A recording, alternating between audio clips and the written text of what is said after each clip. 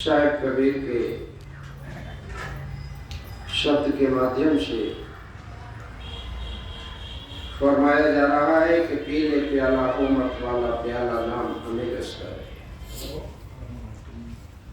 संसार प्याले को पी रहा है, लेकिन कौन सा प्याला पीना चाहिए इसका ध्यान संसार के जीवों को नहीं। कोई शराब के प्याले में मस्त है, कोई भांग, पोस्त, अफीम, गांजा, सुल्फा, अनेकों प्रकार के प्यालों को पी रहा है।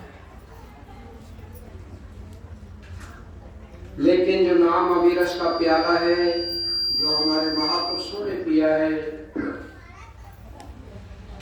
उस प्याले की तरफ को किसी का ध्यान नहीं जाता। ये नाम अविरस का प्याला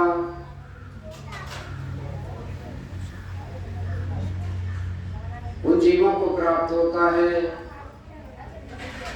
जो जीव पिछले जन्म में कुछ शुभ कर्म कर लेते हैं। पिछले जन्म में जिनको शुभ कर्म होते हैं, जिनके उनको वक्त के सद्गुरु मिलते हैं, धर्मकामी गुरु, और वह नाम रूपी प्याला फिर हमको पिलाते हैं। प्याला क्या है?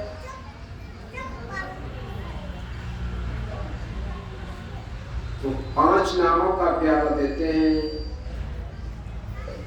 5 नाम देते हैं। वो 5 नाम हमारे लिए अमी का काम करते हैं। स्वामी जी महाराज ने कहा है कि 5 नाम का सुमरन करो, शाम सेत में सूरत धरो। कहते हैं कि पंच अमी मुक्त को मूला, ताते मिटे गर्भ स्थूला। जो जीव गर्भाश में आता है, स्थूल शरीर को धारण करता है, उन जीवों का ये जन्म और मरण छूट जाता है। इन नामों में उतनी बड़ी शक्ति होती है। दुनिया मुक्ति को प्राप्त करना चाहती है, दुनिया मोक्ष की तलाश में दौड़ रही है, लेकिन मुक्ति, मोक्ष या निजात केवल संतों के अधीन है, फकीरों के अधीन है, और किसी के अधीन यह नहीं। तो अगर हम अपने को मुक्त करना चाहते हैं, मोक्ष प्राप्त करना चाहते हैं, या निजात चाहते हैं, तो हमें चाहिए कि धर्मकामी गुरु से संपर्क करें, आध्यात्मिक गुरु से जाकर के मिलें। वह गुरु हमको अपने कमाए हुए नाम बख्शेंगे, और उन नाम रूपी नौकाओं में हम चढ़ करके अपना सफर तय करेंगे। अब सागर संसार को कहा है, इसका एक किनारा यहाँ है तो एक किनारा वहाँ। इसमें ही जीव उछल रहा है, डूब रहा है, उछल रहा है, डूब रहा है।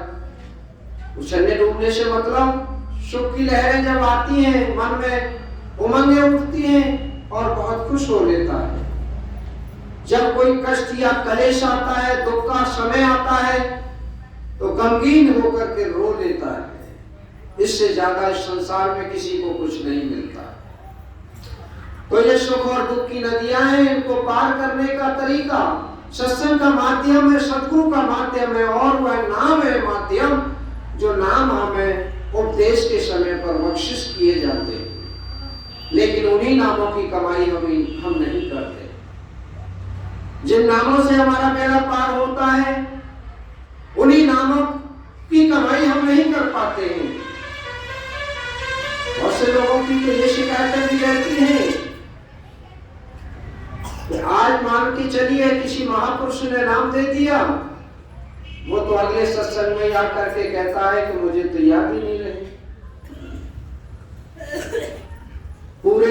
अपने पूरे कुनवा खानदान के नाम याद रहते हैं, पूरी बस्ती बिरादरी के नाम याद रहते हैं, पूरे गांव के, शहर के नाम याद रहते हैं लोगों को। लेकिन ये 5 नाम ऐसे हैं कि इन 5 नामों में भूल आ जाती है। क्या है? शुद्ध नहीं हुई, व्रति वही रही जो पहले थी। तो सांसारिक व्रति से निपट कर उभर कर आध्यात्मिक व्रति की तरफ को जब तक हमारा मन और चित्त और बुद्धि नहीं लगते हैं, तब तक ये नाम हमको याद नहीं रहते। नाम में बहुत बड़ी शक्ति होती है। साधारणतः सोते हुए आदमी को हम नाम लेकर के जब पुकारते हैं तो वो सोते से जाग जाता है। दूसरा, जब हम अपने किसी प्रिय को पत्र लिखते हैं और उसपे उसका नाम भी डाल देते हैं, गांव भी डाल देते हैं, मोहल्ला भी डाल देते हैं, डाकखाना भी डाल देते हैं, जिला भी डाल देते हैं, प्रदेश भी डाल देते हैं, तो अपने प्रिय को वो पत्र मिल जाता है। और अगर हम उसका नाम डालना भूल जाते हैं या डालते नहीं हैं और गांव का नाम, मोहल्ले का नाम और डाकखाने का नाम, जिले का नाम, प्रदेश का नाम सब डाल देते हैं, लेकिन वो पत्र उस गंतव्य तक नहीं पहुंचता। क्यों? कि उस पर नाम ही नहीं पड़ा हुआ। तो नाम एक बीजा का काम करता है। नाम एक बीजा है इस देश से उस देश को जाने के लिए। कौन सा देश? ये काल का देश। कौन से देश में जाने के लिए? दयाल देश। सत्पुरुष अंशी हैं हम सभी आत्माएं, सतलोक वंशी हैं हम और आप सभी आत्माएं, सत्पुरुष की ही तो अंश है। तो सत्पुरुष के मुकाम तक जाने के लिए नाम ही काम करता है। लेकिन इसके लिए तुलसी साहब क्या कहते हैं कि जहां काम तह नाम नहीं और जहां काम तह नाम, तुलसी दोनों न बस सके एक ठौर एक याम। एक जगह दोनों चीजें नहीं रह सकती। काम से मतलब सांसारिक कार्यों से। जब तक हम सांसारिक कार्यों से थोड़ा विमुख नहीं होते, यानी उनसे थोड़ा सा दूर नहीं हटते, तब तक हम इस नाम को अंतर में नहीं कमा सकते। नाम की कमाई वही जीव कर पाते हैं जो सांसारिक क्रियाकलापों से थोड़ा थोड़ा आहिस्ता आहिस्ता करके हटना शुरू कर देते हैं। पूर्णता संलिप्त रहने वाला जीव जो संसार के ही कार्यों में संलिप्त है, यानी वो ये समझता है कि बस यही काम मेरा है और मुझे दूसरा काम करने की जरूरत ही नहीं है, ऐसा जीव कभी भी आध्यात्मिकता की कमाई को नहीं कर सकता है। हाँ, जिनके अंदर ये जिज्ञासा उत्पन्न होती है, जिन जीवों के अंदर, कि भाई ये संसार तो है, ये तो मेरे साथ चलेगा, मेरे कर्मों के आधार पर चलेगा, मैंने जो कर्म किए हैं उस कर्म के आधार पर मुझे सुख भी मिलेंगे और दुख भी मिलेंगे, फिर हाथ से इस मौके को मैं क्यों जाने दूं? तो वो नाम की प्राप्ति करते हैं सत्संग में जाकर। सदगुरु जब उनको मिल जाते हैं तो नाम बख्श देते हैं और उन नाम की कमाई में लग जाते हैं, क्योंकि वो समझते हैं उस बात को कि ये नाम रूपी पूंजी ही मेरे साथ जाएगी, बाकी ये भौतिकवादी जो पूंजी मैंने कमाई है, सोने के रूप, चाहे चांदी के रूप, पीतल के रूप, चाहे स्टील के रूप में, चाहे महल मड़ैया के रूप में, और चाहे गाड़ी बंगले के रूप में या जमीन जायदाद के रूप में, ये तो मुझे यही छोड़ करके जाना है। यही ज्ञान और अज्ञान की बात है। दुख और सुख सबको होते, कोई जीव भी ऐसा सुना नहीं है, कोई घर ऐसा सुना नहीं होगा जहां पर दुख और सुख दोनों साथ साथ न चलते। लेकिन सभी लोग फिर भी सुख को आगे नहीं लाते, वो दुख को आगे लाते। किसी से पूछो तो कोई अपना सुख नहीं बताएगा, हाँ दुख दो चार जरूर गिना देगा। तो शायद कबीर ने तो ये तक कह दिया है कि सुखिया यह संसार है, खावे और सोवे, और दुखिया दास कबीर है, जागे और रोवे। सुखी संसार है, महापुरुष दुखी रहे, लेकिन उल्टा है, संसार के जीव महापुरुषों से कहते हैं कि हम दुखी। जिन्होंने अपना जीवन समर्पित कर दिया जीवों के चेताने के लिए, जीवों को इस काल देश से निकालने के लिए, उन महापुरुषों से पूछो कि उन्होंने 2 वक्त का भोजन ढंग से किया है कि नहीं किया।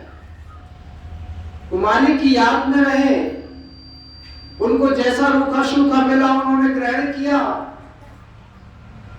उनको अगर जमीन लेटने के लिए मिली तो जमीन पर लेटे, चटाई मिली तो चटाई पर लेटे, अगर टाट की बोरी मिली तो टाट की बोरी पर लेटे। वो सुखी रहे हमारे महापुरुष, जिनको फूस की झोपड़ियां मिली रहने के लिए, फूस की झोपड़ियों में वह मदमस्त रहे। मालिक नाम है। हम महलों में रहकर एसी और कूलरों का प्रयोग करते हुए, अच्छे अच्छे भोजन ग्रहण करते हुए, अच्छे अच्छे वस्त्रों को धारण करते हुए भी आज दुखी के दुखी है। ये हमारा विचार ही है, ये हमारी सोच ही है। हमने स्वयं को जाना नहीं है। अगर हमने स्वयं को जान लिया होता तो हम ये दुनिया भर का बखेड़ा प्रपंच न कर रहे होते, और अगर कर भी रहे होते तो उस मालिक को नहीं भुला रहे होते। जो दुखी है वो तो दुख में याद कर रहा है, लेकिन जो सुखी है क्या उसे सुख में याद नहीं करना चाहिए? लेकिन नहीं करता है। अगर करता होता तो शायद कबीर ये न फरमाते कि दुख में सुमरन सब करे, सुख में करे न कोई, और जो सुख में सुमरन करे तो फिर दुख का ही भूल। भूल तो यही है हमारी और आपकी कि हम सुख को पाकर के उसे भुला देते। इसीलिए फरमाया स्वामी जी महाराज ने अपने वार्तिक वचन में कि परमात्मा यानी मालिक जिन पर मेहरबान होते हैं उनको 3 चीजें बख्शते हैं। वो 3 कौन कौन सी चीजें हैं? उन्होंने कहा है निर्धनता, सबसे पहले गरीबी, निर्धनता, निरादर, अपमान और निर्धनता, निरादर और बीमारी। बीमार आदमी भी याद करता है परमात्मा, गरीब आदमी भी याद करता है परमात्मा, और जिनका जगत में अपमान होता है वो भी याद करते हैं परमात्मा को कि परमात्मा कैसे जीव बना दिए, दूसरों को सम्मान नहीं दे सकते। तो कहने का मतलब है वो ये कहते हैं कि तीनों को जो बर्दाश्त कर लेता है, तीनों चीजों को जो बर्दाश्त कर लेता है वो मालिक का प्यारा हो जाता है। भला सोचो इनमें से तीनों में से कौन लेना चाहेगा? लेकिन यही तो समझ की बातें हैं। कहने का अभिप्राय है कि अगर ये तन बीमार रहता है तब भी हमें मालिक का नाम लेना है। इस तन को ढकने के लिए अच्छे वस्त्र मिलते हैं तब भी हमको परमात्मा का नाम लेना है, मालिक का नाम लेना है, और नहीं मिलते हैं तब भी लेना है। और अगर हमारे पास बहुत सारा धन होता है तब भी हमें नाम लेना है, और अगर धन नहीं भी होता है तो भी हमें नाम लेना है। तीनों अवस्थाओं में जो समानता से अपना जीवन बसर करते हैं, सुगमता और सरलता से अपनी लोकता और परलोकता को समझते हैं और उस पर चलते रहते हैं, चलते रहते हैं, चलते रहते हैं, वो एकदम ऊंचाइयों के मुकाम को हासिल कर लेते हैं। धीरे धीरे रे मना धीरे सब कुछ होए, माली सींचे सो घड़ा ऋतु आए फल होए। एक छोटा सा वृक्ष आप अपना आम का लगाते हो, अमरूद का लगाते हो, या नींबू संतरा या मौसमी का लगाते हो, तो उसमें तुम उसकी देखभाल करते रहते हो, पानी लगाते रहते हो, पानी लगाते रहते हो, और जब वो बड़ा हो जाता है तो उस पर फल और फूल आने शुरू हो जाते हैं। फिर उसका प्रतिफल किसको मिलता है? उसी को मिलेगा जो उसकी देखभाल करेगा, जो उसकी संभाल करेगा, जो उसकी रखवाल करेगा। तो अब दो बातें होती हैं संसार में, और इन दो बातों में लोग अंतर नहीं समझ पाते हैं। और वह दो बातें मेरे बार बार जहन में आती हैं। मैं जिस परिवार को भी सुनता हूँ, समझता हूँ, देखता हूँ या जानने की कोशिश करता हूँ, तो मैंने अभी एक भैया मेरे ही गांव का आया था, मैंने उससे पूछा, मैंने कि बेटे दो चीजें होती है, कर्तव्य और अधिकार। पहले खाने में तुम किसको रखोगे? लड़के ने फौरन कहा अधिकार को। पिता की बात बता रहा था वो लड़का, यानी पिता को उचित नहीं ठहरा रहा था, अपने को उचित ठहरा रहा था और पिता को अनुचित ठहरा रहा था। यही तो है कि हम कर्तव्य से पहले अधिकार को ले आते हैं। वही परिवार अज्ञानी परिवार होते हैं जो अधिकार पहले और कर्तव्य बाद में रखते हैं। अगर हम कर्तव्य को पहले आगे ले आए और अधिकार को पीछे रखें, फिर देखिए आप कि हमारी किस तरीके से उन्नति होती है। तो कहने का मतलब है कि हमें कर्तव्य परायण बनना चाहिए। अगर हम अपनी कर्तव्य परायणता पर अड़िग हैं, अपने कर्तव्य का निर्वहन कर रहे हैं, तो हमारी माँ भी हमसे खुश होगी, हमारा पापा भी हमसे खुश होगा, हमारा भाई भी हमसे खुश होगा, हमारी बहन भी हमसे खुश होगी। हम अगर पुरुष हैं तो हमारी स्त्री भी हमसे खुश होगी, और अगर हम स्त्री हैं तो हमारा पुरुष भी खुश होगा। सत्संग इस लोक में भी जीने की कला सिखाता है और उस परलोक में भी पहुंचने की कला सिखाता है। लेकिन हम सत्संग को सही से लेते नहीं, महापुरुषों को हम सही से सुनते नहीं। हम राग और द्वेष में फंस गए हैं। यही वजह है जिसकी वजह से हम मन और माया के घेरे में सदा रहते हैं। तो फिर हम साहिब कबीर के शब्द की तरफ तो जाएंगे।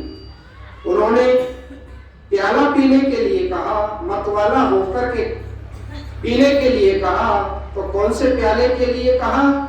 उन्होंने नाम अमीरस के प्याले को पीने के लिए कहा कि जो सद्गुरु से कमाया हुआ नाम हमें मिलता है, उस नाम की कमाई हम निरंतर उस तरीके से करें जिस तरीके से अगर किसी पिता के दो पुत्र हैं और वो दोनों पुत्रों को 1,000 रुपए रखने को दे देते हैं।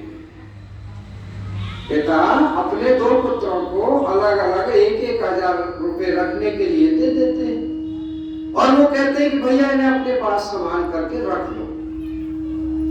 एक पुत्र तो वह होता है कि उस 1,000 रुपए में से दूसरे या तीसरे दिन ही विचार बना लेता है और बाजार जाता है, बहुत बढ़िया पैंट शर्ट का कपड़ा खरीदता है, जूते लाता है और एक चश्मा ले आता है बहुत कलरफुल।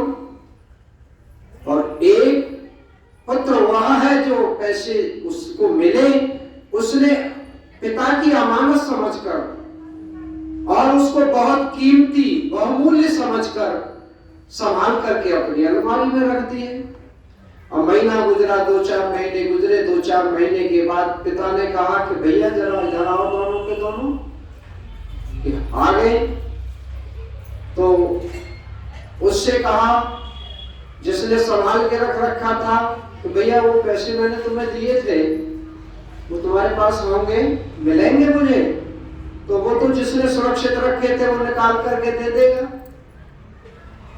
और दूसरे से कहा, उसने तो दे दिया, और दूसरे से कहा भैया तुम भी निकाल लाओ पैसों को। तो वो कहता है कि पापा वो तो मुझसे 500 रुपए तो उसमें से खर्च हो गए। कैसे? तो मैं तो बाजार गया था, मेरी पैंट फट रही थी, मैं एक पैंट ले आया, एक शर्ट ले आया, जूते पहने आया, और भैया ये चश्मा जो है वो कैसे आया? कहा वो भी उन्हीं पैसों में से आया। भला सोचो वह पिता कौन से पुत्र से खुश होगा? जो सद्गुरु हमको नाम दे रहे हैं और वो कह रहे हैं कि इसे सवाया करना है, पावरती भी ये घटने नहीं पाए, इसको दिन दिन तुम्हें सवाया करना है, इसकी कमाई करनी है। नहीं करते हैं।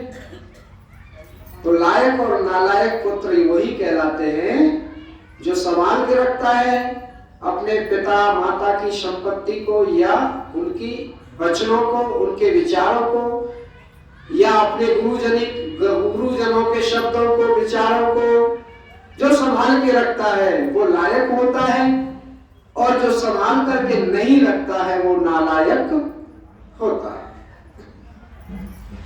तो शायद कबीर जीवन का चित्रण कर रहे हैं कि बालपना सब खेल गवाया, तरुण भया नारी बसता है। तो चित्रण कर रहे हैं कि जब बाल्यावस्था होती है जीव की, खेलकूद में गवा देता है, और जब जवान होता है तो उसका विवाह हो जाता है और वह गृहस्थी जीवन में बंध जाता है। फिर जब वो वृद्ध होता है, कह रहे हैं कि वृद्ध भया कफ भाई ने घेरा, खाट पड़ा न जाए खिसकारे। जब वृद्धता आती है, बुढ़ापा जब आता है, तो फिर कफ और बाय घेर लेते हैं। यानी कभी घुटने में दर्द हो रहा है, तो कभी कमर में दर्द हो रहा है, कभी कंधे में दर्द हो रहा है, ये बाय का प्रकोप होता है। और उधर खांसी और खुरना पैदा हो जाता है, जैसे आप देख ही रहे, मैं पीक तार में बार बार अपना पीक ले रहा हूं, क्योंकि मैं भी 10-12 दिन से सर्दी में लिप्त हूं। तो कहने का अभिप्राय है, शायद कबीर ये कहना चाहते हैं कि जो प्याला नाम अमी रस का है, और जब से तुम्हें मिल गया है तब से उसे पीना शुरू कर दो। पीने का मतलब उसे नाम को कमाना शुरू कर दो। ये मत सोचो कि चलो अभी तो हम जवान हैं, जब बुढ़ापा आएगा तो नाम ही लिया करेंगे, बस नाम की कमाई ही करेंगे, फिर और हमका काम क्या रह जाएगा, फिर तो और भी ज्यादा काम बढ़ जाएंगे। जवानी में जितना फ्री रहता है मनुष्य, उतना अधेड़ अवस्था में और बुढ़ापे में फ्री नहीं रह पाता है। ये अनुभवशीलों से लोग जो बुढ़ापे में जा चुके हैं, जा रहे हैं, या जो बुढ़ापे को यहाँ तक खींच करके ले आए कि और ज्यादा बुढ़ापे में चले गए हैं, उनसे जरा जानने की कोशिश करो। वो कहते हैं ना कि कब्र का हाल तो मुर्दा ही जानता है। तो कहने का अभिप्राय यह है कि शायद कबीर हरदम जगा रहे हैं। हमारे महापुरुष, चाहे वो राधा स्वामी दयाल हो, नानक साहेब हो, दादू साहेब हो, पट्टू साहेब हो, समस्त ब्रेज मौलाना रूम शादी शाह, कलंदर साहब, फुकरा साहेब, या शंकर विदास जी, तथागत कथित गौतम बुद्ध हो, ये सब के सब हमको जगा रहे हैं। जगा रहे हैं अपने वाणी से, अपने विचारों से, अपने शब्दों से। लेकिन हम फिर भी अगर नहीं जग रहे हैं तो फिर कहते हैं कि जो जागत है सो लाल है, और सोवत है सो लाल, और जो जाग जाग के सो गए तो फिर उनके कौन हवा। भाई जो अज्ञानी है वो तो अज्ञानी है ही, लेकिन जो ज्ञान ले चुके हैं सद्गुरु से, और ज्ञान अर्जित करने के बाद और फिर वो अज्ञानी बन रहे हैं, तो उसका हाल तो आप समझते ही हैं। फिर उनका तो वो कहते हैं खुदाई मालिक है, फिर उनका खुदाई मालिक होता है। तो कह रहे हैं शायद कबीर कि नाम अमी रस के प्याले को पियो, नाभि कमल बिच है कस्तूरी, जैसे मिर्ग फिरे बनकारे। उदाहरण दिया है उन्होंने एक मिर्ग का, हिरण का। हिरण की नाभि में कस्तूरी होती है, और जब हवा का झोंका पीछे से लगता है, मान लो वो ऐसे खड़ा है और पीछे से हवा का झोंका आया तो नाभि से टकराएगा, और नाभि से फिर नाक की तरफ को आएगी उसकी सुगंधी। तो हिरण पागल हो जाता है उस सुगंधी को पा करके, और वो अज्ञानता बस क्या सोचता है कि ये सुगंधी उधर से आ रही है। तो वन में जो नर खड़ा है और कस्तूरी की जब खुशबू उसकी नसका में आई तो वो फिर ऐसे सीधा दौड़ना शुरू कर देता है। जब दौड़ता है फिर वो एक जगह ठहर जाता है कि अब खुशबू नहीं आ रही। जब फिर खुशबू नहीं आती है तो फिर वो ठहर जाता है और उल्टा मुंह कर लेता है। अब उसका हवा का झोंका आया, उसको फिर कस्तूरी की खुशबू आई, अब कुश्ती की खुशबू आई तो जिधर को मुंह करके खड़ा है उधर कोई फिर दौड़ता है कि मैं गलत आ गया, मैं जिधर से दौड़ा हूं ये उधर से ही आ रही है। तो मृग ऐसे ही वन में भटकता रहता है, कभी इधर कभी उधर कभी इधर, लेकिन वह उसको ज्ञान नहीं है कि ये खुशबू मुझे कहां से मिलेगी। वो खुशबू तो स्वयं में है, उसके अंदर है, उसकी नाभि में है, लेकिन वो वन वन भटकता है। ऐसे ही वह प्रभु सत्ता जिसे हम पाना चाहते हैं, वह परमात्मा, वह कुल मालिक, वह सत्य पुरुष जिसे हम पाना चाहते हैं, वो हमारे स्वयं में है, हमारे घट के अंदर है, वो बाहर में नहीं है। शायद कबीर ने कहा है, बाहर भर में हान है, अंतर दीपक जोए, सार समझ जाने बिना कागा हंस न हो। जो बाहर भटकते हैं उनकी हानि होती है, उनका नुकसान ही नुकसान होता है, उन्हें परमात्मा कभी प्राप्त नहीं होता है। वह हमारे घट के अंदर है, वो न मूरत में है, न वो सूरज में है, न वो किसी वृक्ष में है, न वो किसी बहते हुए पानी में है, न वो किसी आकृति में है। तुलसी शायद कहते हैं, नेरे है सूझत नहीं, वो इशारा करते हैं अपने दोनों भवों के बीच में अपने घट के लिए कि नेरे है सूझत नहीं, लानत ऐसी जिद, तुलसी संसार को भया मोतिया बिंद।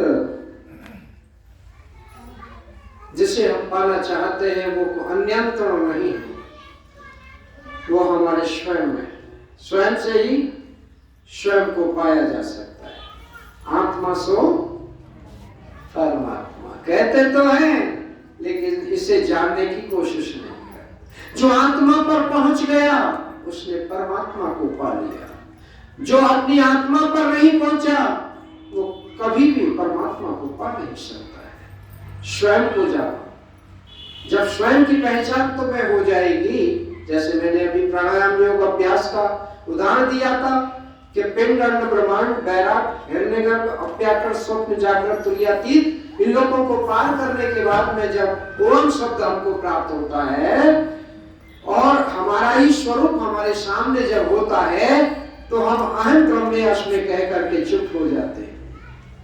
लेकिन ये अपनी पहचान हुई।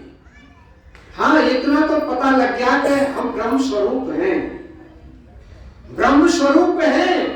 अब यहां आकर के हमें ठहर जाने की जरूरत है, अब तो हमें उसे पाने की जरूरत है। तो आत्मा से उसकी ओर, तो सत्पुरुष को वही प्राप्त कर पाते हैं जो स्वयं को जान लेते हैं, जो अपने शरीर में रहते हुए और शरीर को छोड़ते हुए सूक्ष्म रूप में आ जाते हैं, और सूक्ष्म रूप में आकर के जो उड़ना शुरू कर देते हैं पतंग की तरह से,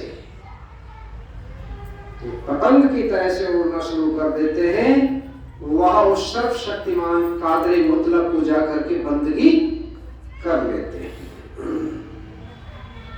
पहला उदाहरण उन्होंने मृग का दे दिया कि मृग के समान ये संसार के लोग हैं कि वह परमात्मा अपने अंदर में है, लेकिन वो कोई हरिद्वार जा रहा है, कोई काशी जा रहा है, कोई द्वारका जा रहा है, कोई बद्रीनाथ जा रहा है, कोई केदारनाथ जा रहा है, उसे ढूंढ रहा है। किसे है, कहीं ढूंढे कहीं, वह ना आवे हाथ, वह तो तब ही मिले जब सतगुरु खोजी ले साथ। जब तक सतगुरु नहीं मिलता है खोजी, तब तक वह नहीं मिलता है। फिर कह रहे हैं शायद कबीर के बिन सतगुरु इतना दुख पाया वैद मिला नहीं इस तन का रे। बिना सतगुरु के इतना दुख जीव पाता रहा, इसको कोई ऐसा वैद हकीम नहीं मिला इस तन का जो ये जान सकता था कि इसको बीमारी क्या है। चिकित्सा पहले है या निदान, यानी हम किसी बीमारी का डायग्नोज पहले करेंगे या उसको ट्रीटमेंट पहले दे देंगे। बड़ी विचित्र बात है नहीं? कोई भी वैद्य या हकीम पहले नाड़ी देखता है, रोग को जानने की कोशिश करता है कि इसको वात पड़ा हुआ है या पित्त या कफ, या वात और पित्त दोनों बढ़े हुए हैं, या कफ और वाय दोनों बढ़े हुए हैं। तो इस तरीके से वो पहले जांच कर लेता है नाड़ियों से, और जब वो दवा देता, नुस्खा बनाता है। ऐसे ही डॉक्टर पहले इन्वेस्टिगेशन कराते हैं, लैब में टेस्ट कराते हैं, और टेस्ट कराने के बाद में फिर वो ट्रीटमेंट देते हैं। तो यही वजह है कि ऐसा कोई इस आत्मा के लिए डॉक्टर नहीं मिलता है जो कि ये उसकी बीमारी को जान सके, आत्मा की को, कि आत्मा को कौन सा दुख है, कौन सा रोग है, और इसको कौन सी औषधि काम करेगी। ऐसे सद्गुरु ही है जो इस आत्मा की पुकार को सुनते हैं, क्योंकि ये आत्मा जो शरीर में आई है सुखी नहीं, बंधन में बंधी हुई है। ये आत्मा अकेली नहीं है हमारे शरीर में, आत्मा से तो और पहरेदार खड़े हुए आत्मा के लिए। 3 गुण है, सत्वगुण, तमोगुण, रजोगुण। 5 तत्व हैं, जल, पृथ्वी, अग्नि, वायु, आकाश। 10 इंद्रियां हैं जिनमें 5 कर्मेंद्रियां हैं, 5 ज्ञानेंद्रियां हैं। 25 प्रकृतियां हैं।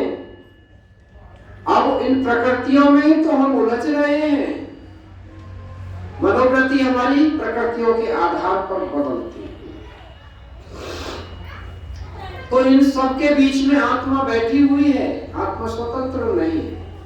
आत्मा तो ऐसे है जैसे हम अपने मुंह को खोल करके देख सकते हैं कि जीव हमारे इन दांतों के बीच में है और रहती है, लेकिन बड़ा संयंत्र रखना पड़ता है जिह्वा को। जिह्वा हमारे मन की तरह से उत्पाती नहीं है। हमारी जिह्वा दांतों के बीच में भी रह करके अपने को बचाती रहती है। अपने को कितना सुरक्षित रखती है, कवच बना लिया है उसने अपने लिए।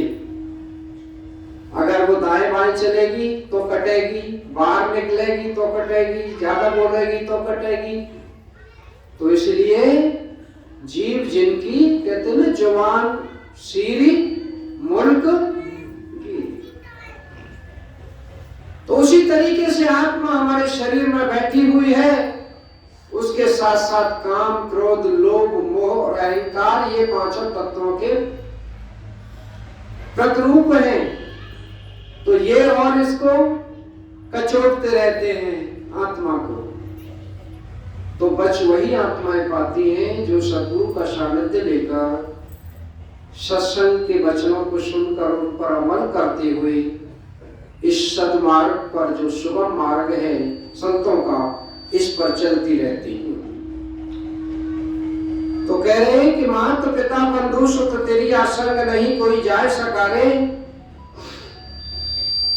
कि माता हो, पिता हो, भाई हो, बेटा हो, स्त्री हो या पुरुष हो, संग कोई नहीं जा सका है, ऐसा साहिब कबीर कह रहे हैं। हमें मान लेनी चाहिए ये बात या नहीं? क्या हमने नहीं देखा है कि हाँ कोई किसी के साथ जाता नहीं है, लेकिन हम जानते हुए भी नहीं मानते हैं। ये भी एक दुख का ही कारण है। हम तो अपनी बापोती समझ कर इस संसार में रहते हैं। ये मेरा घर है, ये मेरी जमीन है, ये मेरी बेटा है, ये मेरी बेटी है, ये मेरा कुनवा है, ये मेरा खानदान है, ये मेरी बिरादरी है। वो इसी में भूल जाते हैं। स्वयं का पता नहीं, खुद का पता नहीं, और दुनिया को गिना देते हैं। तुलसी साहब ने कहा है, कोई नहीं अपना रे अपना है जगत रहने का सपना, मिट्टी में मिट्टी मिल जाइए करे जीव कल्पना, कोई नहीं अपना रे अपना। अंत भला सो सब भला। जिसने अपने अंत को संभाल लिया वो सब कुछ संभाल लिया, और जिसका अंत नहीं संभला कुछ नहीं संभला। तो आगे फरमा रहे हैं कि जब लग जीव गुरु गुण गाले धन जो बन है दिन दसकारे। शायद कबीर ये कह रहे हैं कि प्याला पियो नाम अमीरस के, प्याले को जब तक तुम जीते जागते हो गुरु का गुण गा लो।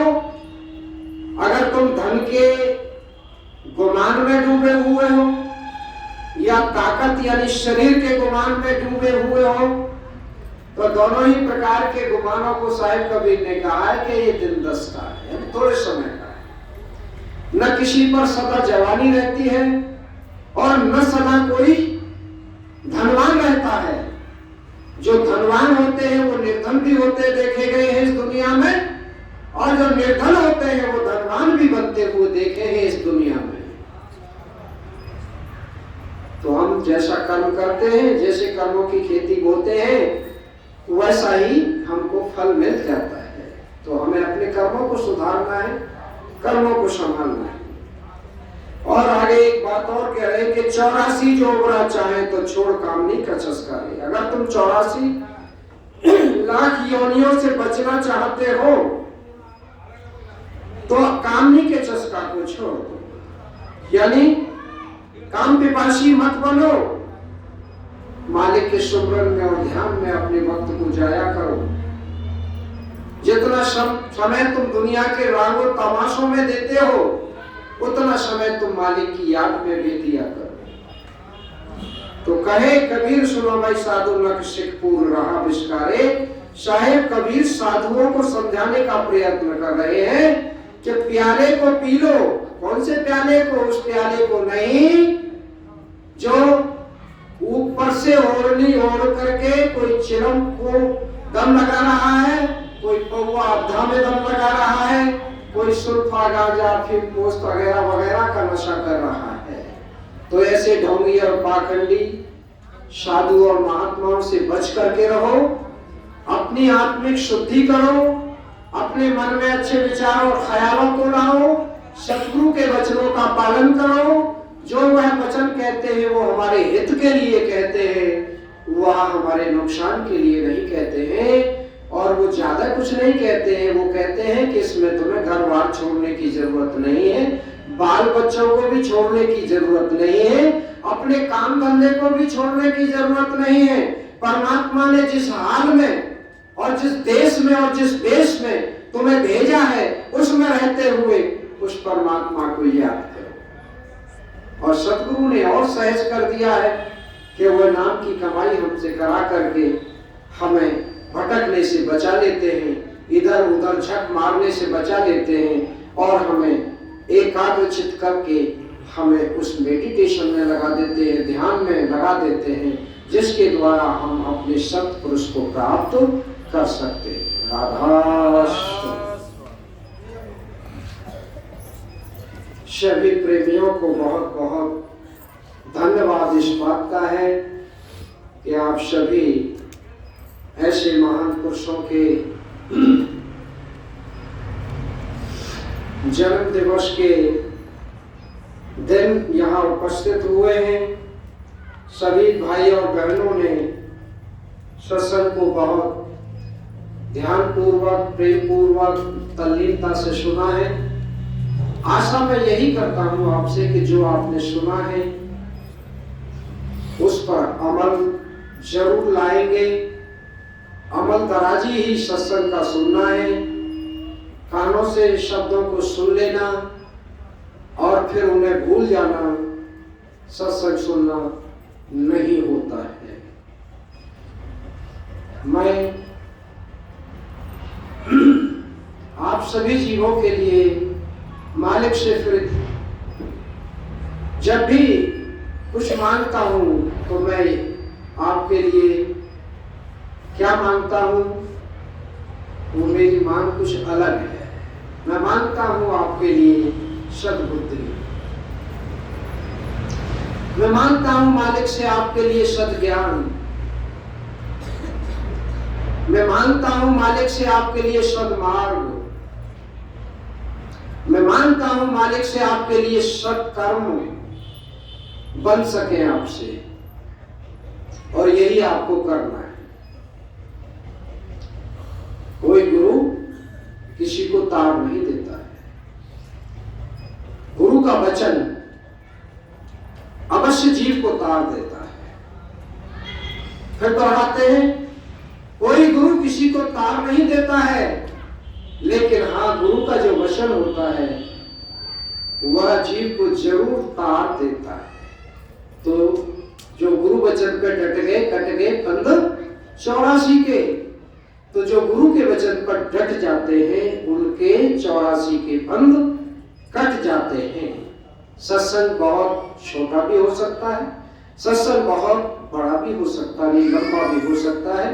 सत्संग वह है सही जितना कुछ सुना जाए वो अपने जहन में बैठा लिया जाए। इसी के साथ घोर घोर प्रशंसा मैं आपकी करता हूँ। आप सभी को मैं बहुत बहुत धन्यवाद देता हूँ कि आप आध्यात्मिकता के लिए थोड़ा समय निकालते हैं। बहुत बहुत दूर से भी भाई प्रेमी लोग आए हैं और पास के भी लोग हैं। तो हमारा किया हुआ ही हमको मिलता है, इसलिए हमेशा ध्यान रखो। सुबह जब उठो तो जैसे घर आंगन में गृहिणी झाड़ू लगाती है सबसे पहले, वैसे ही हमें भी अपने घर के अंदर झाड़ू लगा लेने की जरूरत है।